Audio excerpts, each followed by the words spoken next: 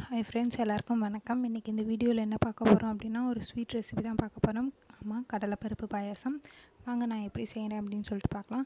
நான் ஆல்ரெடி கடலைப்பருப்பு ஒரு அரை மணி நேரம் ஊற வச்சு அதை வேக வச்சு எடுத்து வச்சுருக்கேன்.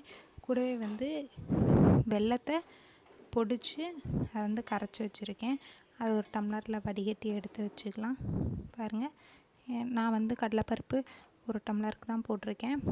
அதனால் வெல்லம் இந்தளவுக்கு போதும். ஏலக்காவை நான் அஸ்க சர்க்கரையோடு அரைச்சி வச்சுருக்கேன். அதை கடலைப்பருப்போடு ஆட் பண்ணிக்கலாம்.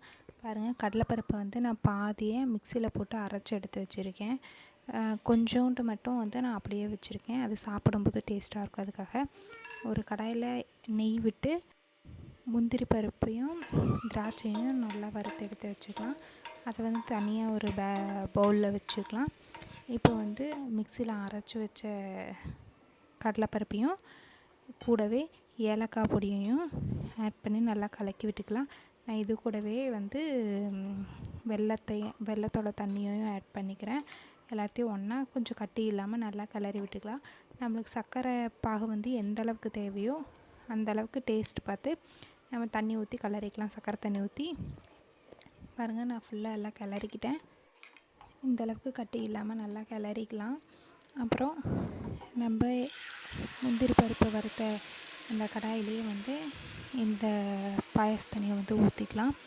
அதை நல்லா ஒரு கொதி விட்டு இறக்கிக்கலாம். நல்ல ஒரு கொதி வரணும்.